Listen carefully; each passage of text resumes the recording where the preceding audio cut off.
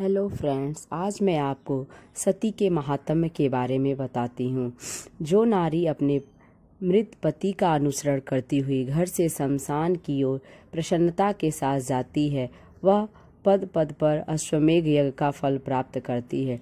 इसमें तनिक भी संदेह नहीं है।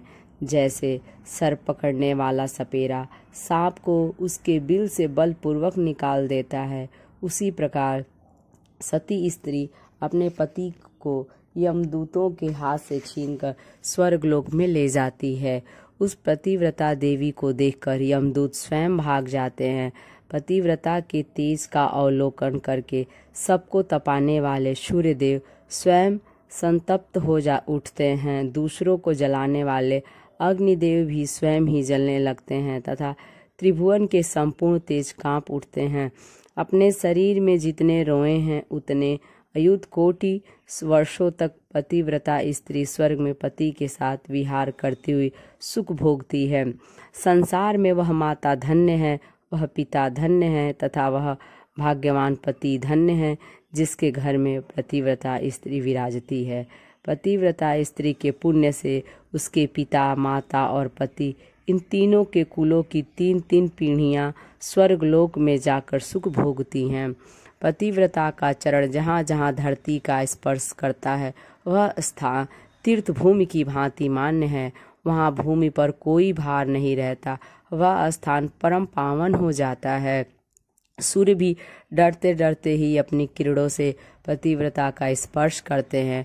चंद्रमा और गंधर्व आदि अपने को पवित्र करने के लिए ही उसका स्पर्श करते हैं और किसी भाव से नहीं। जल सदा पतिव्रता देवी के चरण स्पर्श की अभिलाषा रखता है।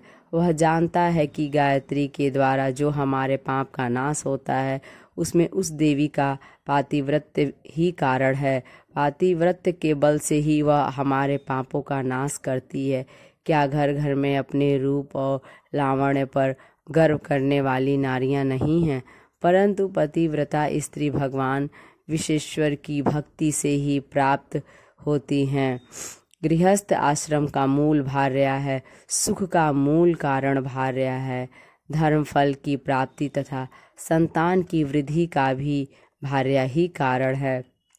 भार्या से लोक और परलोक दोनों पर विजय प्राप्त होती है।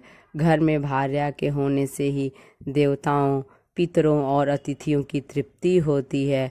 वास्तव में गृहस्थ उसी को समझना चाहिए जिनके घर में पतिव्रता स्त्री है। जैसे गंगा में स्नान करने से शरीर पवित्र होता है, उसी प्रकार पतिव्रता का दर्शन करके संपूर्ण गृह पवित्र हो जाता है। सती स्त्री सहस्रों पुरुषों का उद्धार कर देती है। पतिव्रता का पति सब पातकों से मुक्त हो जाता है। सतियों के व्रत के प्रभाव से उनके पति को कर्म का भोग नहीं भोगना पड़ता है, वह सब कर्मों के बंधन से रहित हो सती पत्नी के साथ भगवान विष्णु के धाम में आनंद का अनुभव करता है। पृथ्वी पर जितने भी तीर्थ हैं वे सब सती साध्वी स्त्री के चरणों में लौटते हैं। संपूर्ण देवताओं और मुनियों में जो तेज है वह सब सती नारियों में स्वभावतः रहता है।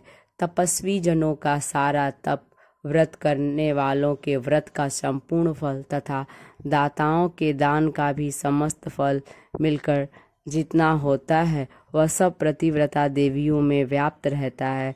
साक्षात भगवान नारायण, भगवान शिव और जगद्वी धाता ब्रह्मा जी तथा संपूर्ण देवता और महर्षि भी पतिव्रताओं से सदा डरते रहते हैं। सती की चरण धूलि पड़ने से पृथ्वी तत्काल पवित्र हो जाती है। पतिव्रता को मस्तक झुकाने से मनुष्य सब पापों से छूट जाता है। महापुण्यवती पतिव्रता स्त्री सदा अपने तेज से तीनों लोकों को क्षण भर में ही भस्म कर डालने की शक्ति रखती है। पतिव्रता का पति तथा उसका पुत्र ये दोनों सदा निर्भय रहते हैं। उन्हें देवताओं और यम से भी किंचित भी भय नहीं होता। जो 100 जन्मों से उत्तम पुण्य का संचय करते आ रहे हैं उन्हीं के घर में पतिव्रता कन्या जन्म लेती है। पतिव्रता को जन्म देने वाली माता परम पवित्र है तथा उसके पिता भी जीवन मुक्त हैं। समस्त लोकों की रचना करने वाले विधाता ने कहीं भी स्त्रियों के सिवा दूसरा कोई ऐसा रत्न नहीं उत्पन्न किया है जो देखने, सुनने तथा स्पर्श और स्मरण करने पर भी मनुष्य को आनंद प्रदान करने वाला हो। उन्हीं के लिए धर्म और अर्थ का संग्रह होता है। पुत्र विषयक सुख उन्हीं से प्राप्त होता है। अतः मान ही जिनका धन है, ऐसे श्रेष्ठ पुरुषों को उचित है कि वे घर में अबलाओं को गृह लक्ष्मी समझकर सदा उनका आदर करें। जो लोग केवल वैराग्य मार्ग का सहारा ले स्त्रियों के गुणों को छोड़कर सिर्फ उनके दोषों का वर्णन करते हैं, वे दुर्जन हैं। ऐसा मेरे मन का अनुमान है। वे दोष वाक्य उनके मुख से सद्भावना से प्रेरित होकर नहीं निकले हैं। यदि ये वीडियो अच्छी लगे तो लाइक करें और यदि मेरे चैनल पर नए हैं तो इसे सब्सक्राइब करें।